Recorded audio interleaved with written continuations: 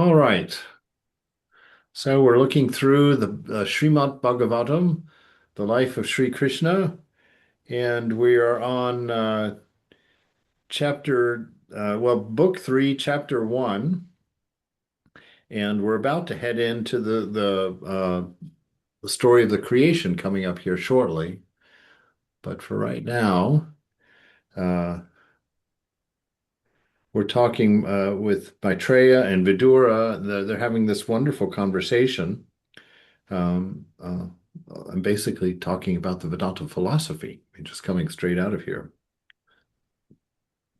And so we last left with Vidura, so we'll pick up with Vidura here, saying, Revered Master, he's talking to Maitreya. He says, if that is so, how can God, who is consciousness itself and unchangeable, be called the creator? Right? How can that absolute unchanging become a creator, become a doer, have anything move? And why should he create? What's the impetus? If he's already perfect, omniscient, omnipresent, what is there to do? What is there to desire? What is there to create any movement? As Vivekananda says, all movement is due to imbalance, right? And so for God to move would mean that there was a lack, there was an imbalance of some kind. And why should he create? If we say that for his pleasure and play he created this universe, we give him feelings like our own.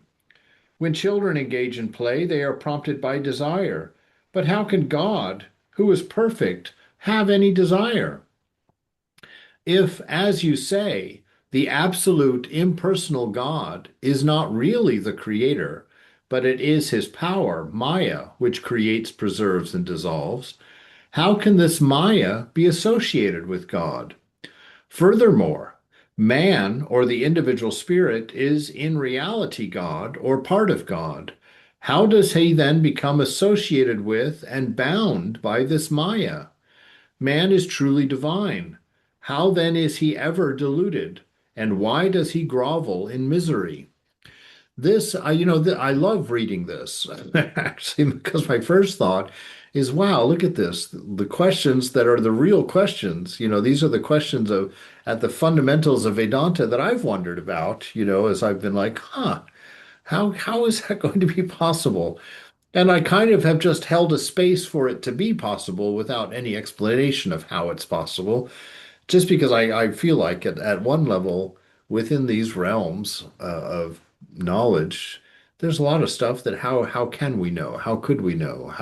How would it even be possible for the tools of our mind to be adequate to deal with truth of the universe, right? I mean, because frankly speaking, we don't know much.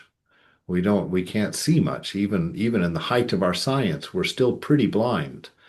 We're not still not able to do the vast majority of what things can do naturally out there, right? We can't seem to create a solar power plant the size of a leaf that makes no noise and doesn't pollute, right? We're still working on that technology. We can't make a robot that can move quietly and self-heal itself like this body or and then reproduce itself and build itself from two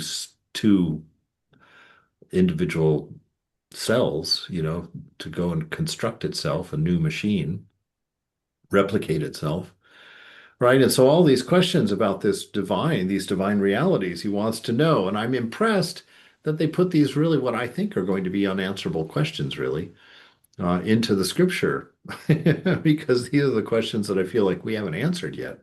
But let's see what Maitreya says. He says, Man, the ever free Lord, is never bound. Okay, so you are not bound. I am not bound. But man's belief that he is bound is Maya. Okay, so that's why Thakur tells us, Holy Mother tells us also, bondage is of the mind only, and liberation is also of the mind, right? And so it's our identity with mind that makes us feel like we're bound. We're not bound, never have been bound, but we don't identify with ourselves. We think that we're the mind, and the mind is nothing but bound, whatever that word is. And the body also is just a set of limitations, right? And so if we identify with things that have limitations, then we believe that we have limitations. And until we change that attachment, until we let go of this identity with body mind, we're going to think ourselves bound and I imperfect. never said no, but you want to sit there and play that game? So, is that you, Marie? Oh, sorry. No worries. All right. So, man, the ever free Lord, is never bound. But man's belief that he is bound is Maya. And because of this Maya, the unreal appears to be real. When the moon is reflected on the ocean, the waves of the ocean make it appear restless. But in reality, the moon is steady and calm. It is the water that is restless. Similarly, the attributes of the non self are superimposed upon the self. And it is the ignorant man who, through Maya, identifies the attributes of finitude and bondage with himself. But this bondage is never in the true self. All right, is that clear? Do you see how that could be? It's the fact that we believe it, that it's true, not that it is true. It's simply the way that we perceive it because we really believe ourselves to be a body mind, when in fact body mind has nothing to do with us. Right. And again, I pull up that tired old example of the dream at night, right? In that dream, you could be chased by some horrible gang in New York City and they're going to try and kill you, right? And if I were to stop you on the streets of New York in your dream and say, hey, stop running, you're one with everything. There's no danger for you here. This world cannot kill you. You would look at me and say, you idiot, I'm being chased right now by five hoodlums with knives. They're trying to kill me. And then you wake up in the morning and what do you see? You see that there were no hoodlums and there were no knives and nobody was ever in danger. But you experienced the whole thing because you believed in it. You believed the dream to be real.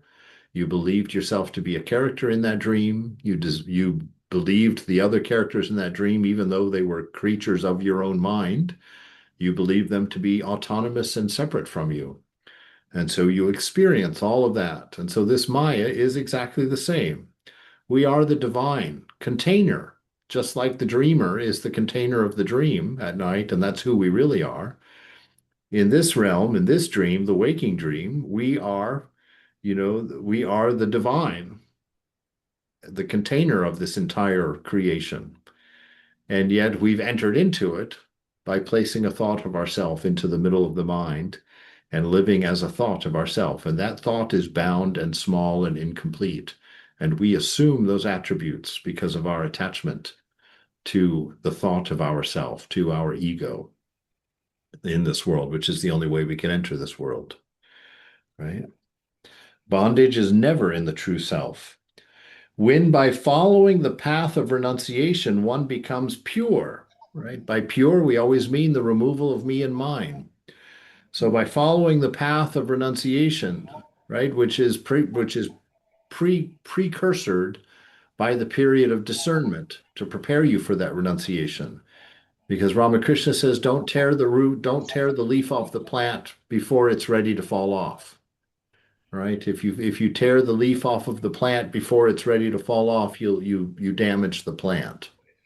Right? And so for us, if we try and renounce before we've done our um, discernment, before we've seen that this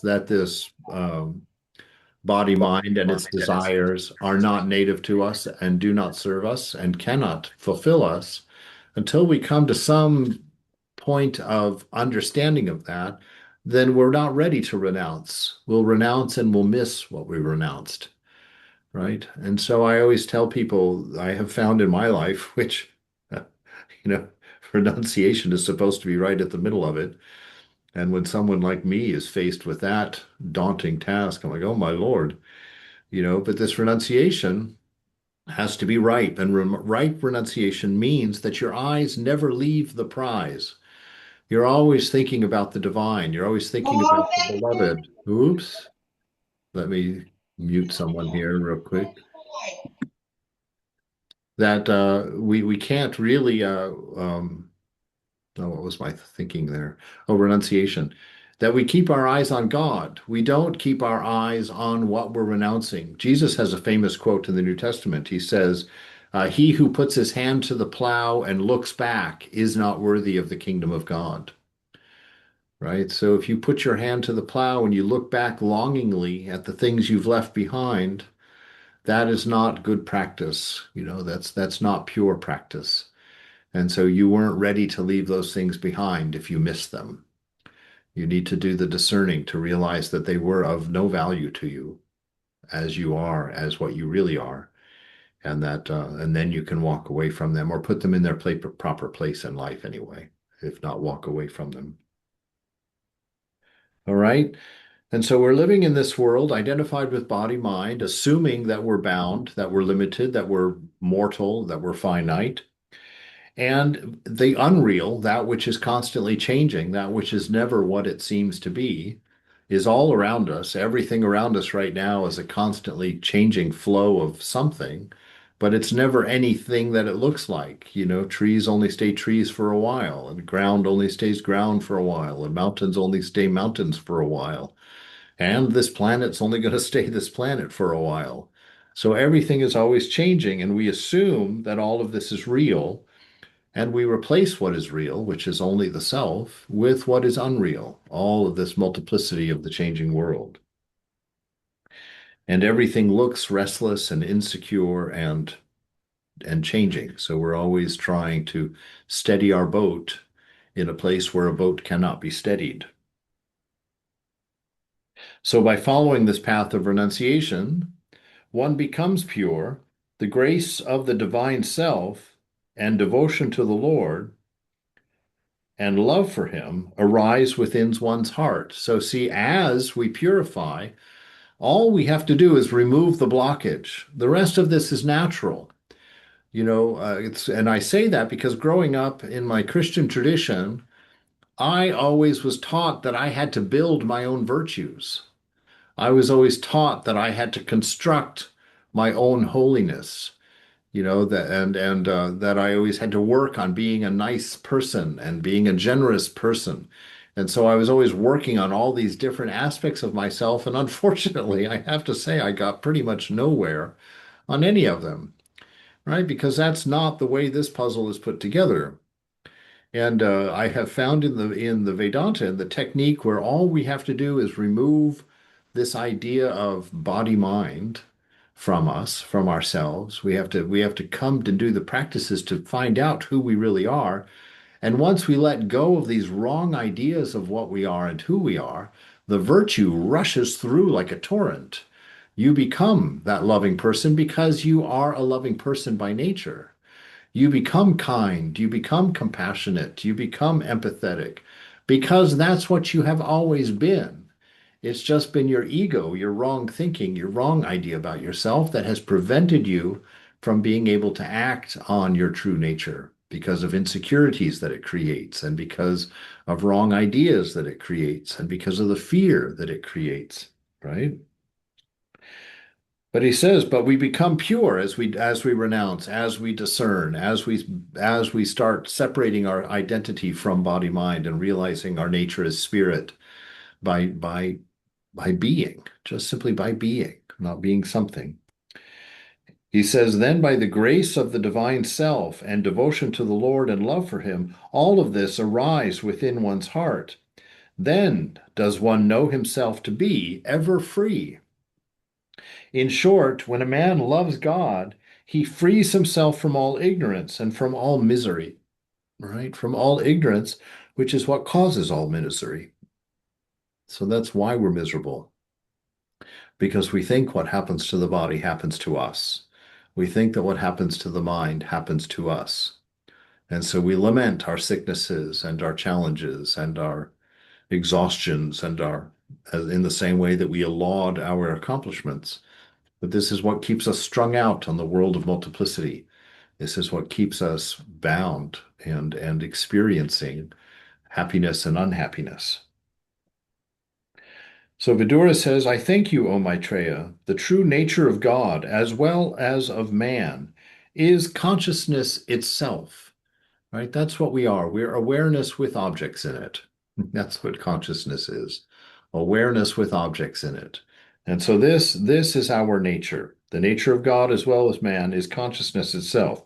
The nature of God, the absolute, is awareness, right? Because there are no objects in the absolute. The absolute is one without a second. So that's pure awareness. Put an object in there or make the aware a self-aware, make the awareness a self of its own aware of its own self. To me, I think that's how the universe starts. I mean, I think that's the beginning. That's the first step is that awareness has to become aware of itself, and then duality is born, right? Then duality is born. And from that duality, all of this that we see. The true nature of God as well as of man is consciousness itself. I was puzzled as to why God remains forever free and is the ruler of the universe, whereas man finds himself bound.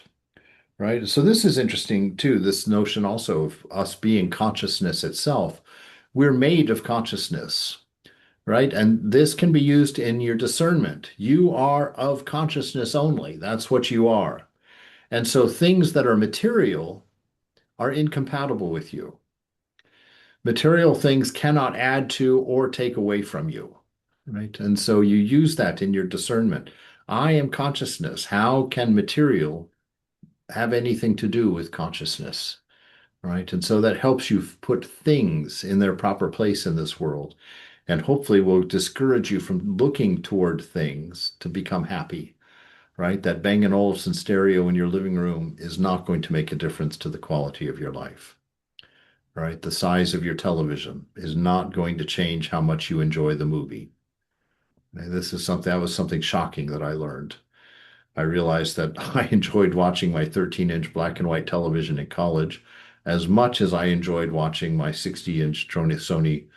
Well, actually, it wasn't 60-inch, it was 37 inches, 37-inch Sony Trinitron television, right? I thought that that would make a huge difference. I can tell you, it makes no difference. You can enjoy a movie as much on your phone as you can on a theater screen. The movie's going to be a good or a bad movie in the same way on both screens. So remember that you are consciousness. It does not matter where you play the movie, right? Life is what it is to you because you're consciousness itself. Material things are not going to add or subtract from you at all. I was puzzled as to why God remains forever free and is the ruler of the universe, whereas man finds himself bound. But now I understand that Maya is the servant of God, whereas it is the master of man. Ooh, there it is in a single sentence. The entire problem of the universe in one sentence. Maya is the servant of God, but Maya is the master of man. And so when do you become that? When you have mastered Maya, when you have discerned your desires thoroughly, when you have discerned your inner thinking and separated yourself from mind and separated yourself from body, and when you have controlled your senses and your passions, then you are that. Then Maya bows to you, right? And when Maya bows to you, Om Ram Bingo finished, as we say. I also understand how ignorance, which is the cause of all of this apparent universe, itself is Maya. Indeed, here as elsewhere, extremes resemble each other, right? What does that mean? That means extreme tamas and extreme sattva look the same, right? But that sattva is a state of great self-control and great insight and is very dynamic, right? Is always in tune with the moment. So, but on the outside, it will just look like a person sitting there in contentment. And you can take the extreme tamasic person who also looks like he's sitting there in contentment. But when you go into that inner world, it's a whirl of noise, a whirl of misery and mixture of emotions back and forth, right? But it cannot be moved because it's inert, right? It's become lazy. It's become whatever. It's just takes delight in not doing. Indeed, here, as elsewhere, extremes resemble each other. The most ignorant man is happy, and likewise the most enlightened man, each in his own fashion. But those who are midway, right? This is great because anyway, I won't go to that. Those who are midway, being neither completely ignorant nor completely enlightened, are wretched. Right? That's all of us. We're in a wretched state because we know better. We just can't quite get it together. So we're suffering at all these ups and these downs. We're doing well spiritually. We're soaring. We're in a great mood. Whomp. Oh my God, I want to leave. I can't do this. This is so hard. I feel so alienated. I feel so blah, blah, blah, blah, blah. Oh, wait, I'm having a great meditation. Oh, life is blissful. I had this spiritual experience. Oh, I'm soaring. Whop. Oh man, I can't grow. I can't change at all. Right? Just this flying up and down. Those who are midway, being neither completely ignorant nor completely enlightened, are wretched. They have realized the ephemeral nature of the world, right? We've seen that this world is unreal. You can't deny it after a certain amount of discernment. And that we're dissatisfied with its pleasures. Why? Because we know they either lead to addiction or give you nothing and just keep you on a treadmill, you know? They don't fix anything. We become dissatisfied with its pleasures, and yet we do not know the bliss of God. Right? That's the dark night of the soul that Saint John talks about, Saint John of the Cross. The dark night of the soul is when you've lost your taste for the world through your discernment and your renunciation, but you haven't yet touched the ideal. God has not yet been revealed, and so you have nothing to replace it with. And it's that dark night of the soul. It's a period of difficult uh, tenacity and forbearance, patience. These are all the skills that you need to traverse that period of your spiritual life, and a lot of faith. You have to have faith that it's worth it. You have to have faith that by knowing that the sages have come out the other end as realized beings, we hold on to that. We're like, no, this is worthwhile. This is the right way. Keep going, keep going. You know, don't protect your ego now, right? And you just keep on moving forward.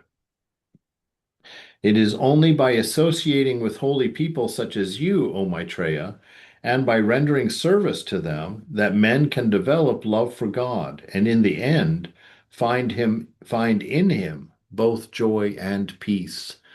Right? So we find it in God. Why? Because as that verse mentioned, both God and us are of consciousness. We are of the nature of consciousness, right? We're pure consciousness. And so, where can we find our wholeness? It's not going to come from the world. It's not going to come from the material, from the delusion around us. It comes from God, which is where? Within us. And so we touch that divine within us. We identify with that. We identify with spirit. And suddenly we find that we're fulfilled. Suddenly we find that we're at peace because we have finally identified with spirit, with consciousness, rather than with the material and the constant changing. And in the end, in God, we find both joy and peace. O most honored sage, I understand that the universe is a work of the divine power.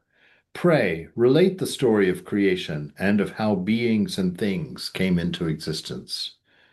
So now we're at chapter 2, the creation story. All right. So we've got all of this delusion, all of this apparent creation.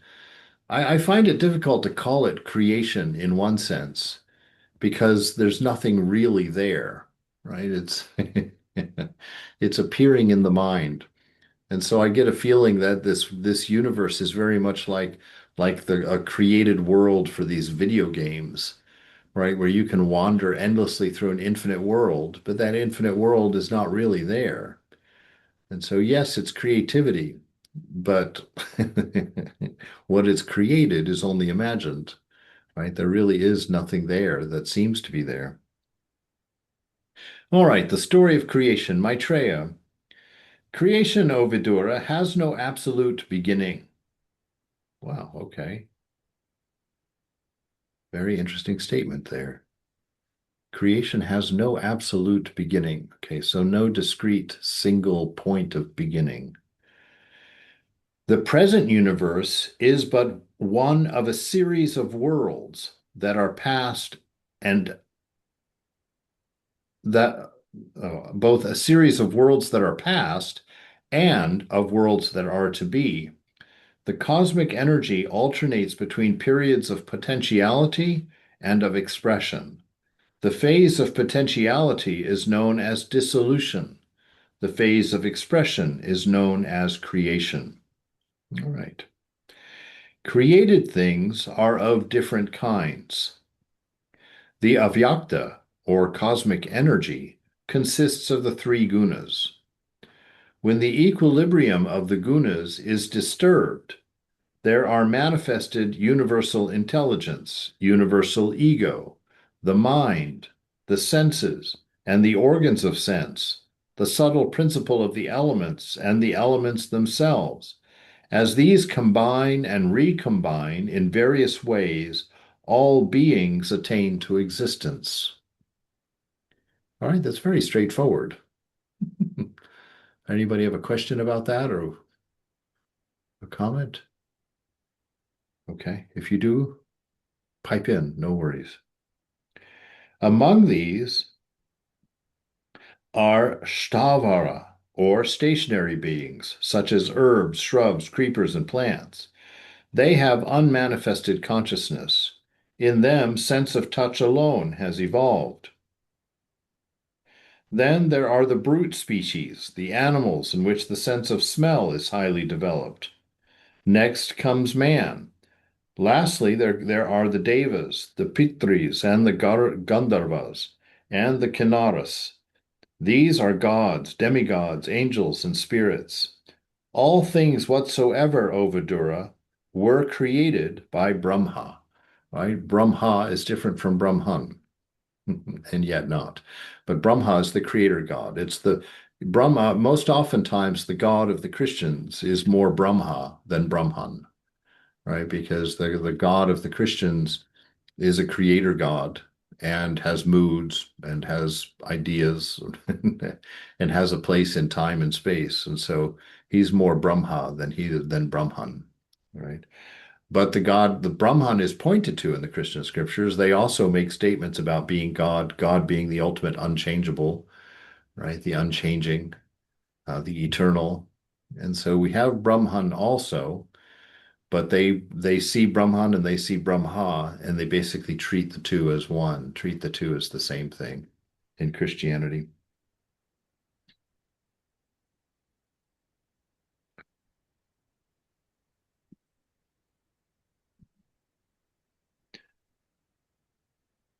Okay. All things whatsoever, O Verdura, are created by Brahma. Thus it was that creation came to pass. While the world was yet submerged beneath the ocean. Very interesting.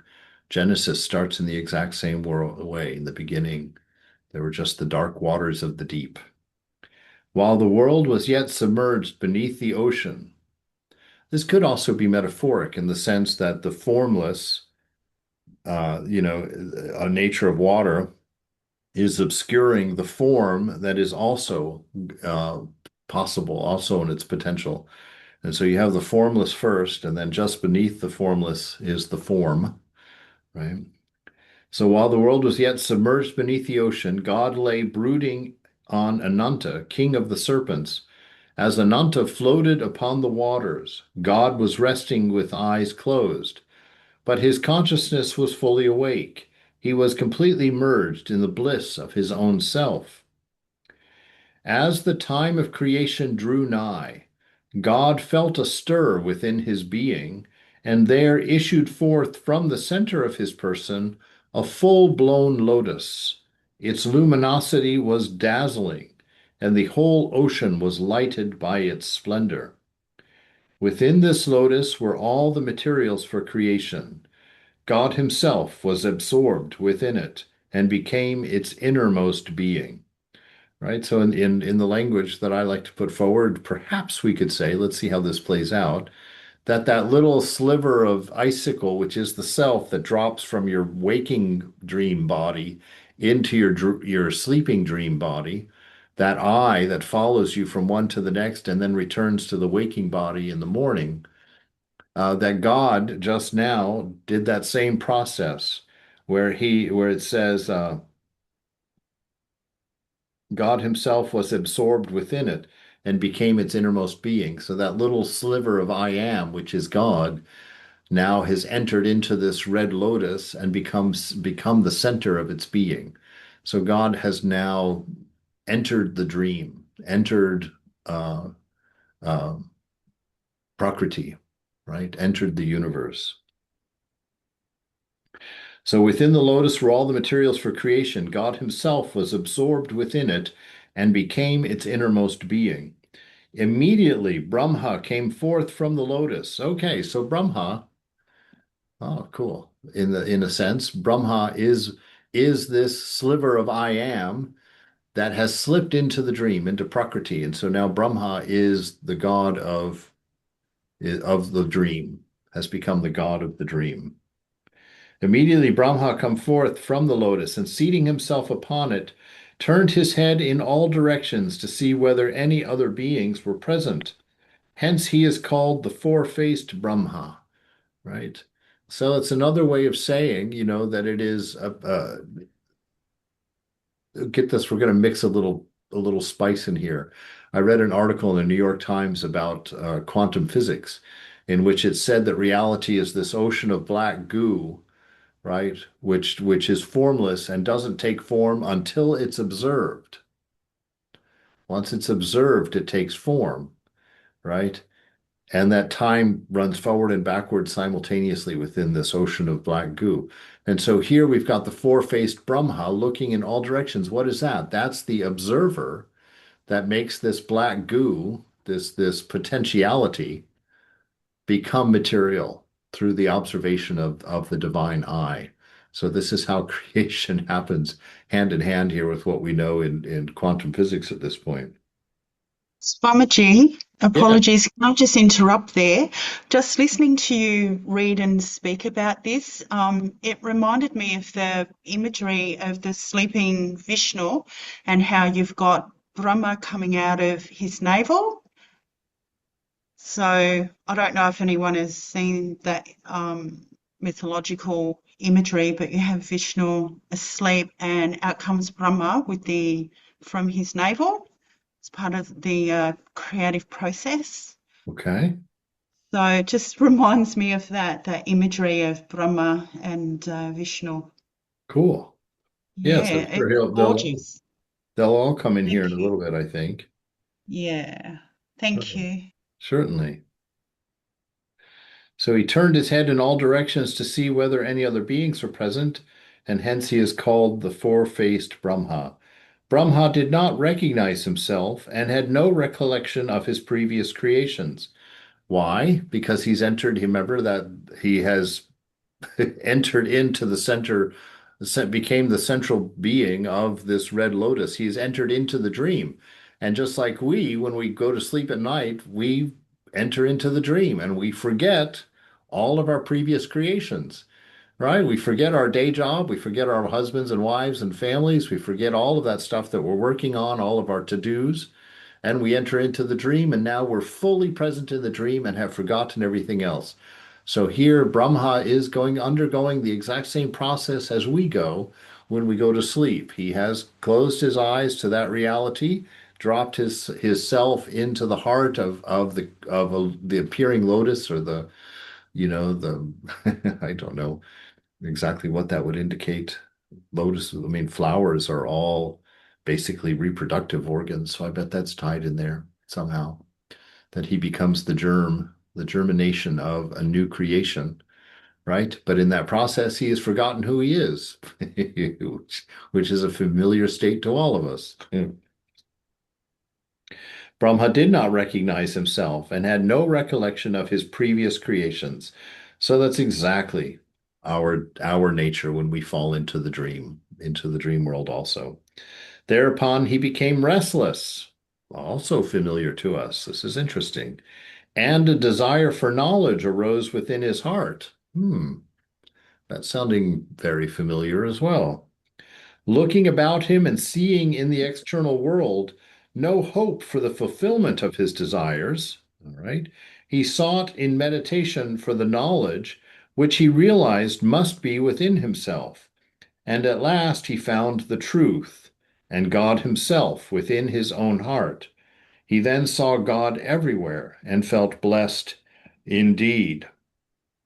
Well, this looks like the process of delusion to enlightenment, right there in a paragraph. So, the nature of enlightenment, the process of enlightenment, seems to be the fundamental cycle of the universe itself. When God comes in to do the whole creation, right? When he deludes himself, forgets his own nature, enters into the manifest, um, and the game starts up. But it seems like the process of the game is determined right there at the beginning because he himself, has forgets his nature, forgets his previous creations. Therefore, he becomes restless, right? Which is exactly what we do, restless, trying to find something meaningful, something to give our life to, something that's fulfilling, right? We become restless, and then a desire for knowledge. You come to a point where, gosh, there must be something more. There's got to be something more to this, right? That begins and happens in all of us. And looking about in him and seeing in this external world, right? God is God, so he saw it immediately. He just opened his eyes and looked around the created world and found nothing there to fulfill himself. You and I make a little bit more of a process about that. We might take a few thousand lifetimes before we realize, as we survey this ever-changing landscape, that there's nothing here to fulfill us. There cannot be, because we are not of the nature of material, which the dream is. We are of the nature of spirit. And so we can only find our fulfillment in spirit. Right? So looking about him and seeing in the external world no hope for the fulfillment of his desires, he sought in meditation for the knowledge which he realized must be within himself. And at last he found the truth and God himself within his own heart. He then saw God everywhere and felt blessed indeed. Okay, so this is the natural process of the creation. And this is what we are in process for or toward, seemingly within this narrative. Then God spoke to him, saying, O Brahma. Now, this is interesting.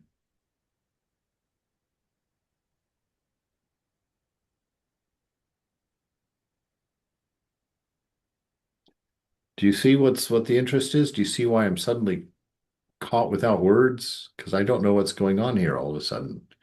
Because look, you've got Brahma, who was God, who has now become the creator God, and now you've got God spoke to him.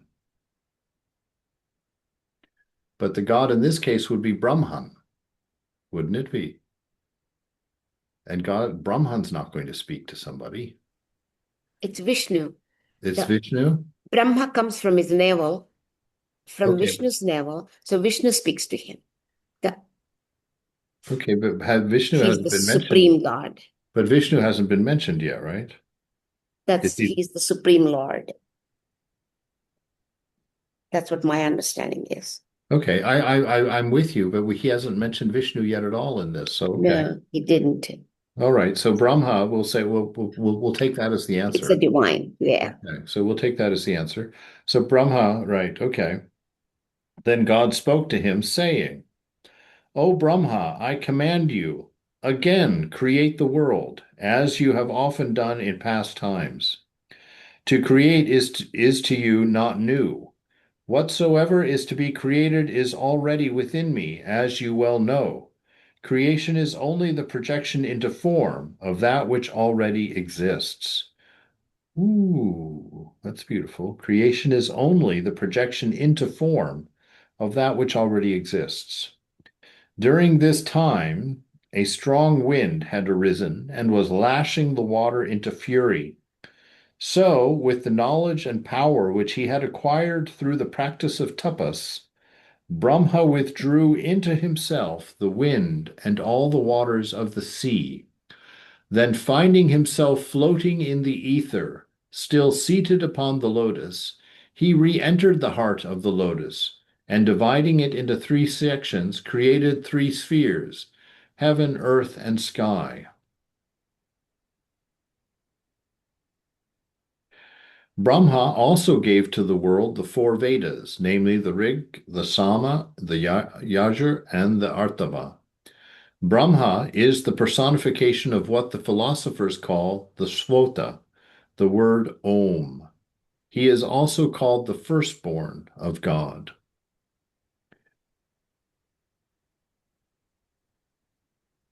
The personification of Om. Okay.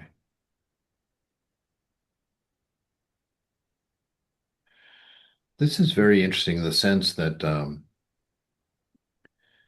that they use the word personification. Brahma is the personification of Om. So this gives you a taste of exactly how high Ramakrishna's spiritual moods were going when he says that he had to come down a significant number of levels just to utter the word Om. And Om is Brahma. That's wow. Brahma is only the one step down from Brahman, you know? Wow. And Swamiji, Yeah. word spota, apparently it means, or from what I remember when I was studying Sanskrit, it's like a showering of light. Spota. Okay. So it's this shower of light. So this is very interesting. Right. So that's Mm. what philosophers, the personification of what philosophers call the svota, the word Om. Yeah, the Mm. Om is the manifester. Om is the word that becomes everything. In the beginning was the word. Yeah. There's some similarities here. Yeah. And we just call it the word, but or Western religion, Christianity calls it the word, but in Vedanta, they give you the actual word, Om. And he's called the firstborn of God, right? He's a direct manifestation of that reality. Brahma's first human creations were saints, who immediately upon being created fell into deep meditation and finding no interest in the things of the world. Thus, through them, Brahma saw no possibility of propagation of the human species. Right? And Holy Mother tells that story. That in the beginning there were just these saints and they just kept realizing God. They couldn't get the game to keep going. Everybody kept winning the game in the first 10 minutes. Right? So Brahma sees that there's no possibility of propagation of the human species. While he was meditating upon what course he should pursue, his own form divided itself. One half became man and the other half became woman. The man was called Manu, and the woman Satarupa, and from them have sprung all of mankind. So there we've got Adam and Eve, right? And now we've got man and woman, so we're going to now have lust and greed. And like Mother said, after she added a little bit of lust and greed to the creation, the game has been going on with a bang ever since, she said. Right? So fascinating unfolding here. There's a lot of levels to reading this, to understanding this. And I love this idea that the idea of the movement from ignorance to realization is part and parcel of the creation itself. It's actually how the creation happens. And so you see this what is Vivekananda said, the macro verse and the micro verse. Is that what he called the macro? What am I thinking of? What's the is it the macro verse and the micro verse? What is it? Microcosm versus the There it is, macrocosm, cosm. Raj. Okay, there we go. Microcosm and macrocosm. That they're the same. It's a fractal. Every cell or every atom in the universe contains the whole universe within it, right? That's the nature of this creation. And so this whole struggle of man also is just part and parcel of that macrocosm, right? And we are the microcosm, which is the expression of that which exists in the macrocosm. All right. Then man was called Manu and the woman Satarupa, and from them have sprung all of mankind. All right, chapter 3. Any questions so far? It's a beautiful, I find it beautiful because it's not just a story that's kind of taped on.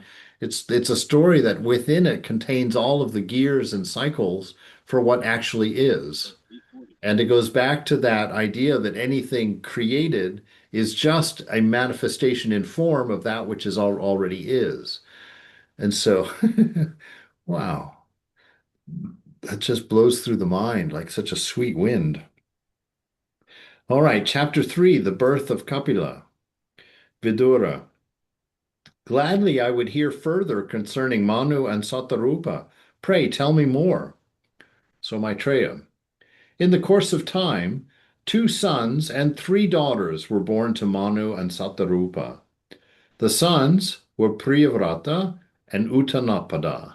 Uttanapada. Is that right, Haima? Actually, it's Uttanapada. Ut Uttanapada. Uttanapada. Okay. Uh-huh. That's how it's usually said in. Uttanapada. All right. Yeah. And Priyavrata is right? Yeah. Is all right. Priyavrata and Uttanapada. Uttanapada. Uttanapada. Yes. The 3 daughters were Akuti, Devahuti, and Prasuti. I will repeat to you the stories of some of these children of Manu. First, let me tell you about Devahuti, for to her was born the renowned sage and philosopher Kapila. Devahuti had grown to be a beautiful young girl, and her parents were anxious that she should find a suitable husband.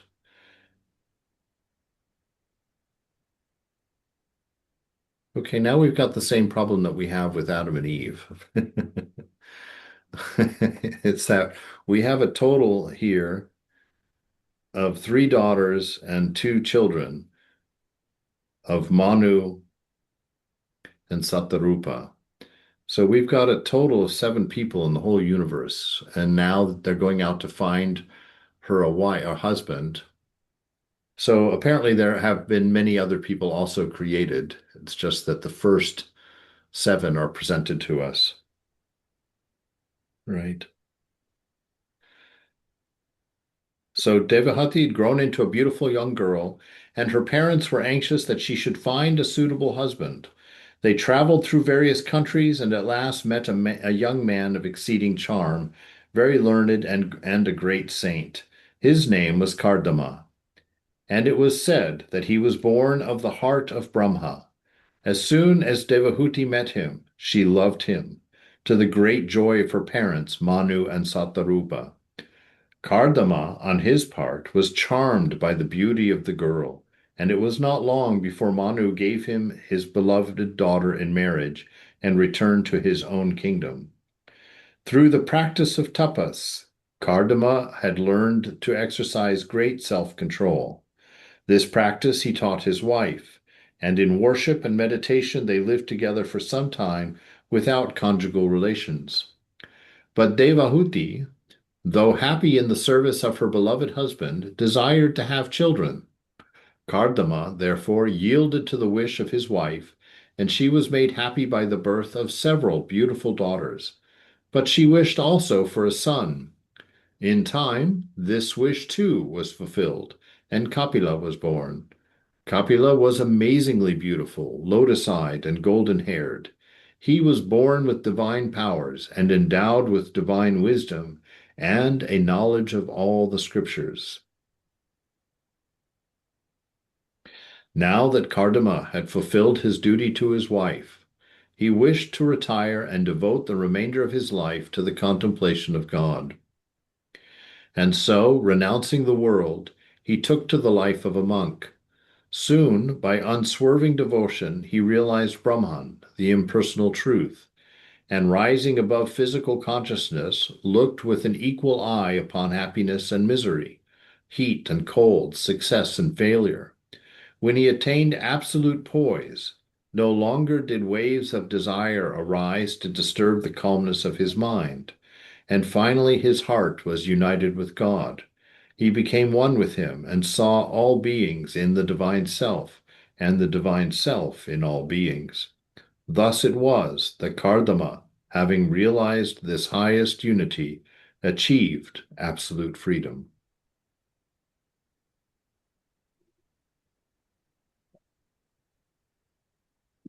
There it is.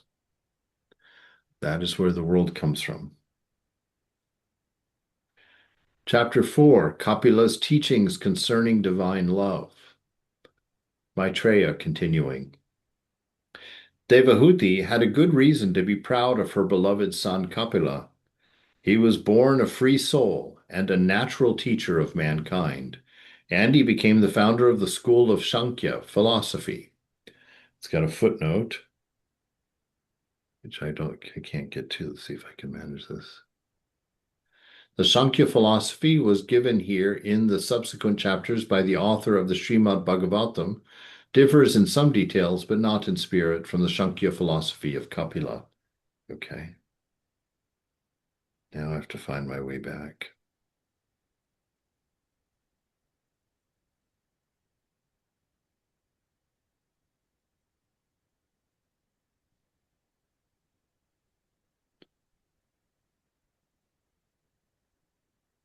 Oh boy.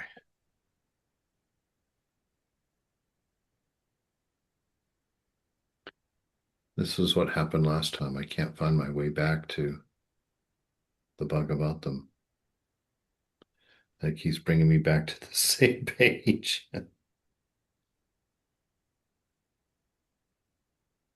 All right.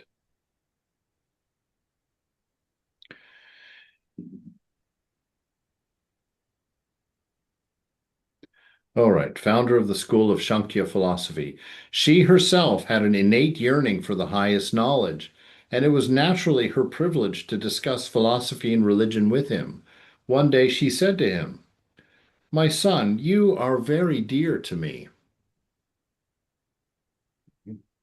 Will you not tell me of the knowledge through which I may find freedom from the bondage of the world? Since taking on the duties of family life, I have become more and more attached to the world. In my youth, I learned much from your beloved father Kardama. Now in my old age, I gladly learn from the wisdom of his son."